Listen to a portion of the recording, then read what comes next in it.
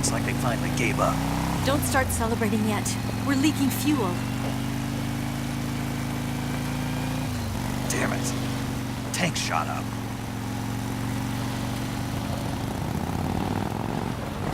Crap.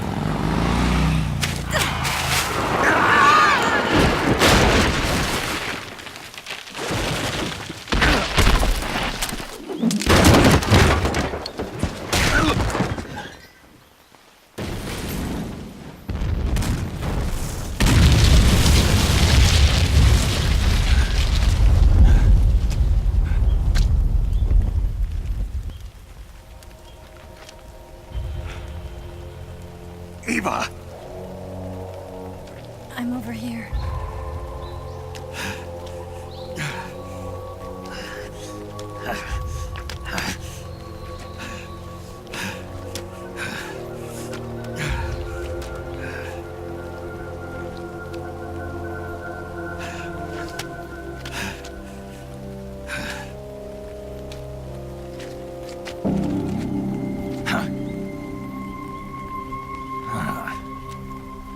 Snake.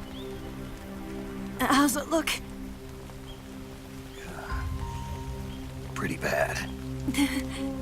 Not a sensitive bone in your body. Eva, What about you, Snake? I'm fine.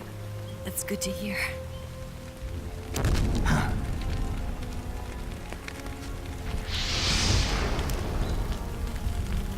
We have to get away from here, Eva. Let's go. Leave me. Eva! The boss is waiting for you. You have to go. Give me a gun. No, we're getting out of here. We're still far away from the lake. I'll never make it. I can't believe this. Uh-huh. I never thought I'd see you act this weak. What do you mean? Listen to me, Eva. We're doing this together. No, you... Eva, I need you. Say that one more time. I need you. I can't fly the wig by myself.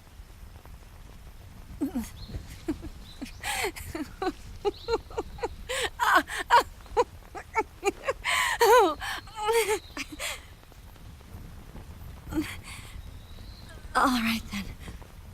I guess I'd better help you out.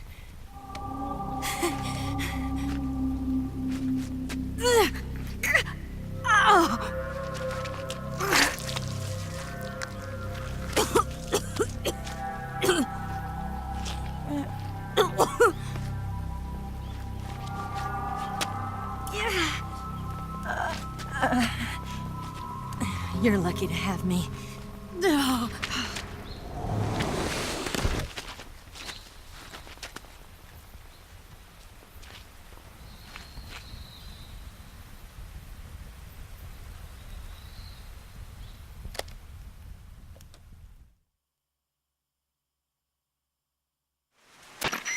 Snake, can you hear me? Paramedic. Thank God. Eva's been seriously hurt. So have you. Luckily, I think her organs are all intact, but... Calm down, Snake. Calm down. You'll both be fine as long as you get the proper emergency treatment. But you're the only one who can do this. Understand? So you've got to calm down. Right. Okay. Okay. Now let's open up the survival viewer and treat the injury. Do you have supplies with you? I'm running kind of short. Then by switching the survival viewer over to Eva, you can treat her wounds too. Now get to work. Oh, and Snake, I'm pretty sure you know this already, but if you don't have enough supplies for the both of you, your wounds come first. Huh? Do you get my meaning, Snake? You've still got a mission to complete. Yeah. I know what I have to do. Snake? Like this.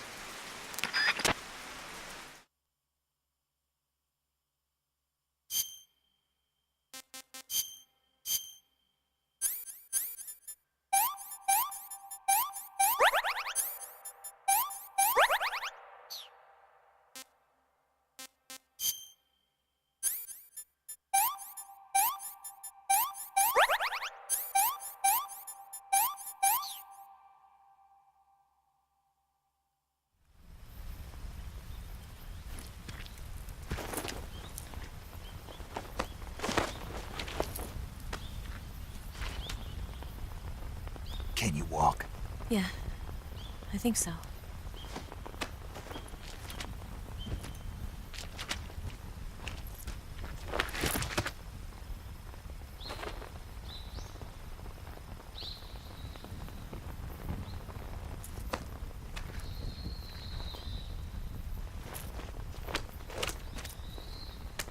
Here.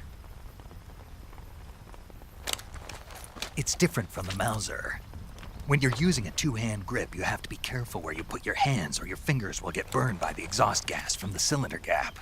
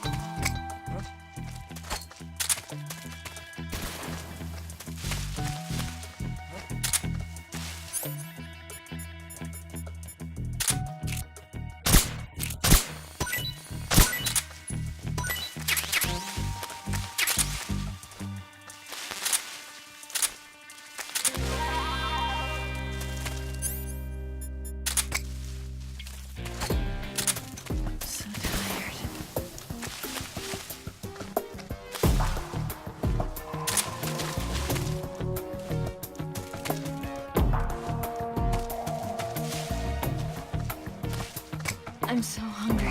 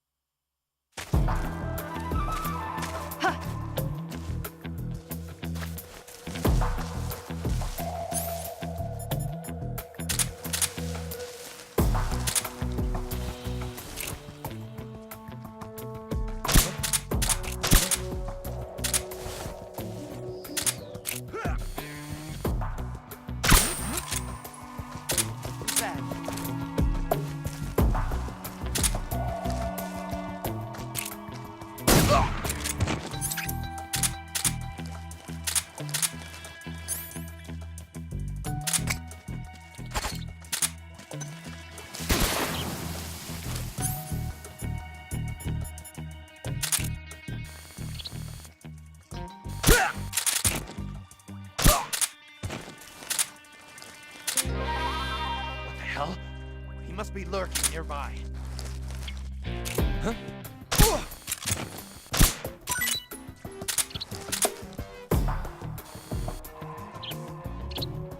I'm so hungry.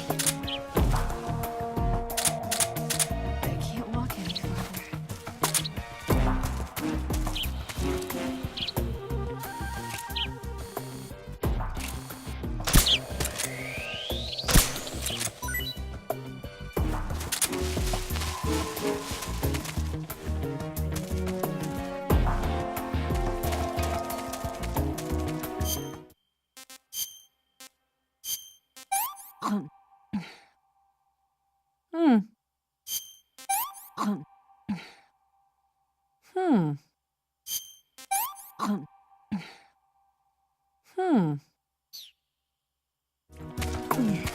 I think I can walk again.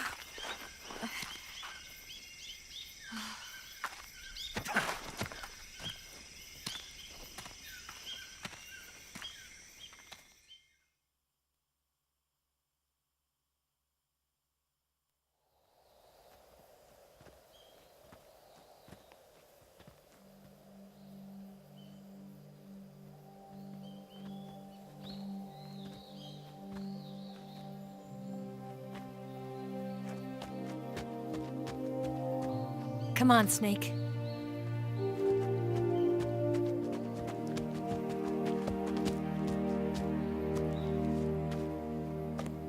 We made it. We made it. Over there.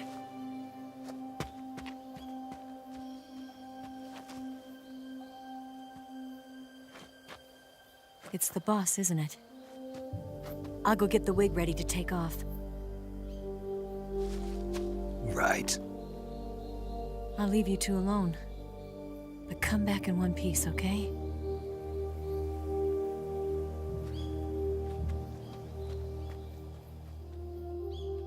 Promise me!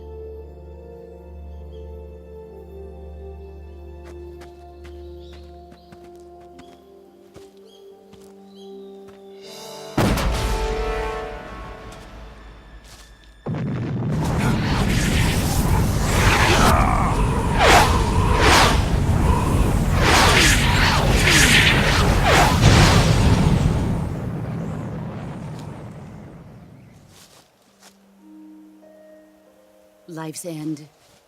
Isn't it beautiful? It's almost tragic. When life ends, it gives off a final lingering aroma. Light is but a farewell gift from the darkness to those on their way to die. I've been waiting, Snake, for a long time. Waiting for your birth, your growth, and the finality of today. Boss. Why are you doing this? Why?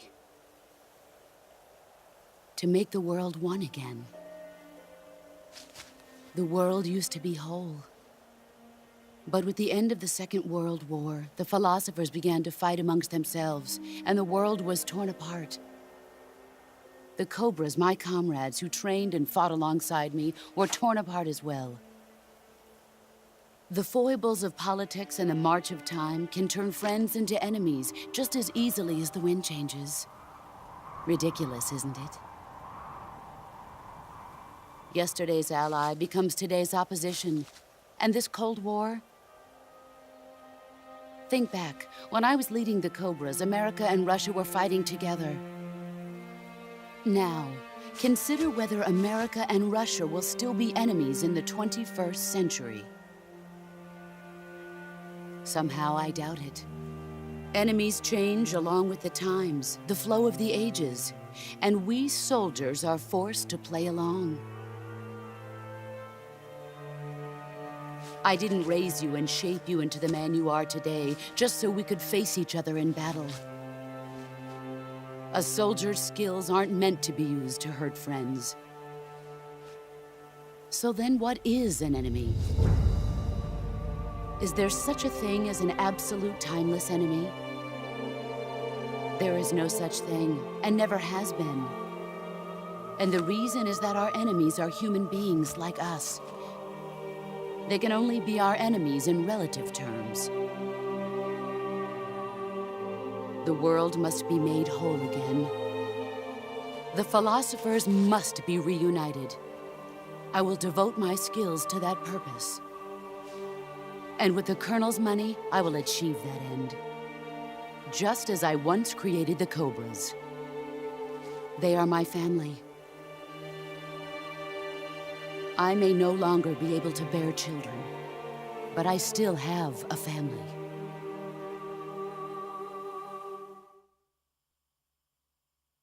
It was November 1st, 1951.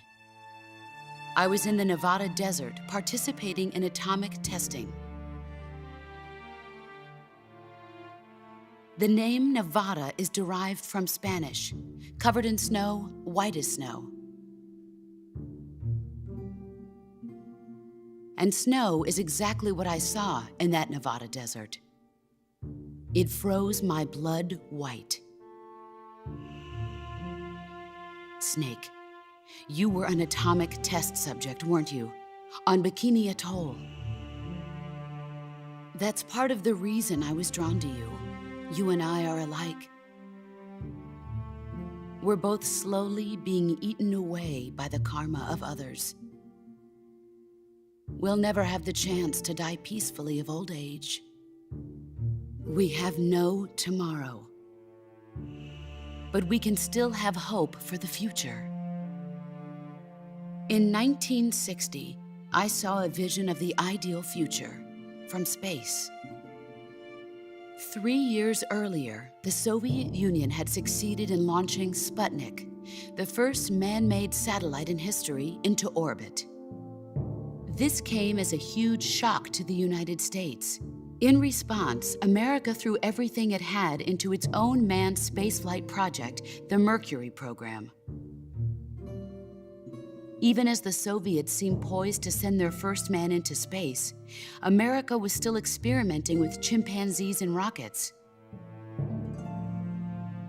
The government wanted human data,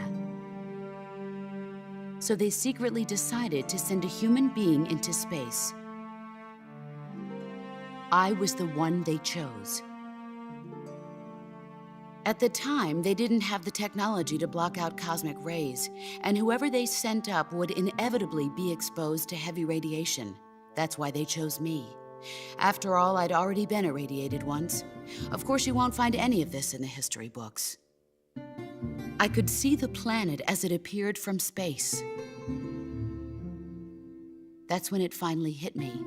Space exploration is nothing but another game in the power struggle between the US and the USSR.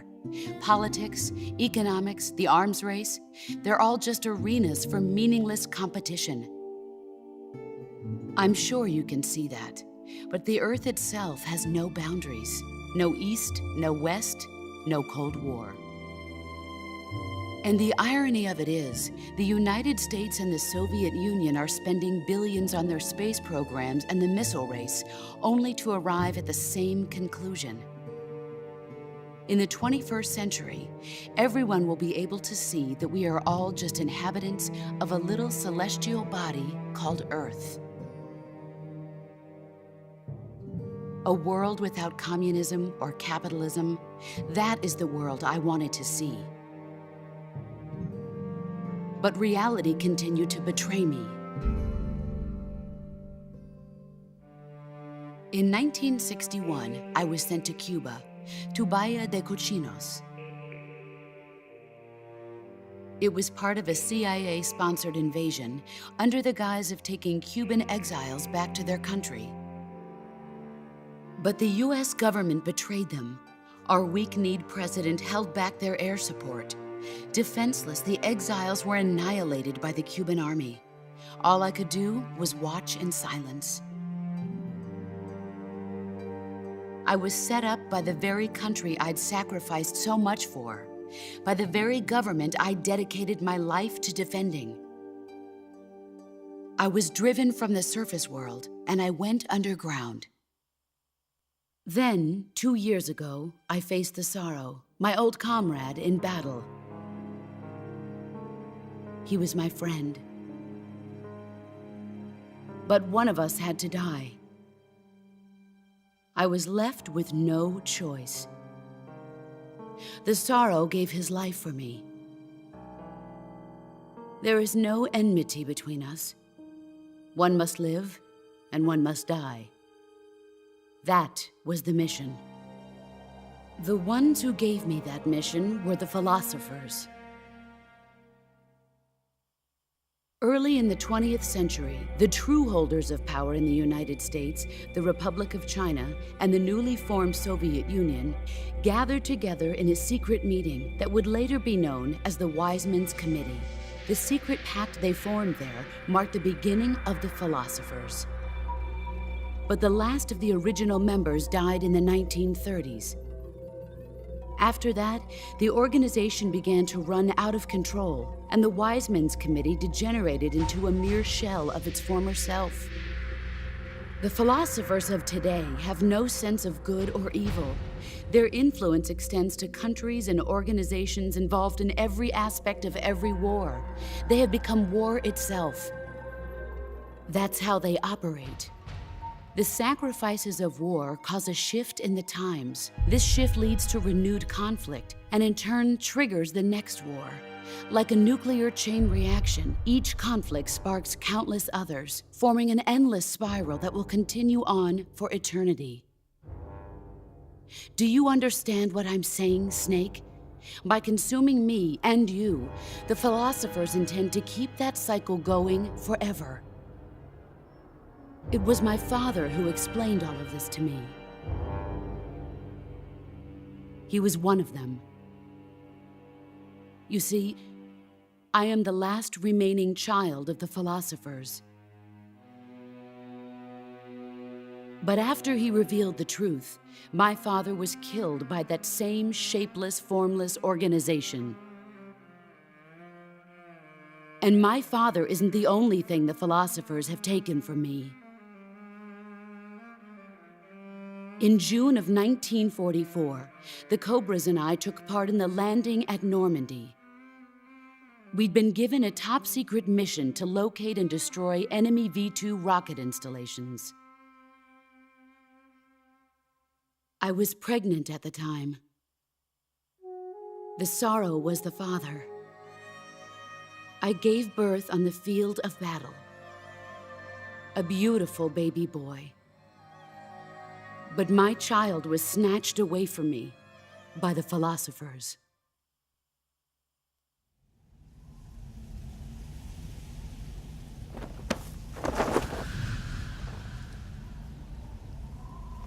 Look at this scar.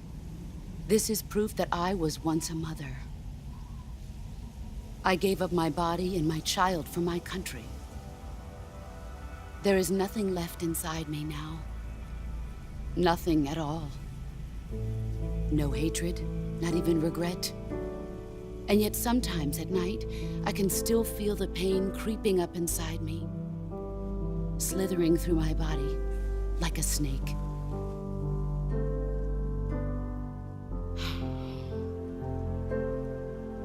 I've never talked this much about myself before. Thanks. Thanks for listening to me.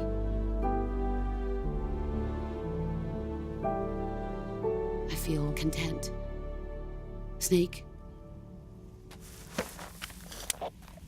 commence the operation. I raised you. I loved you.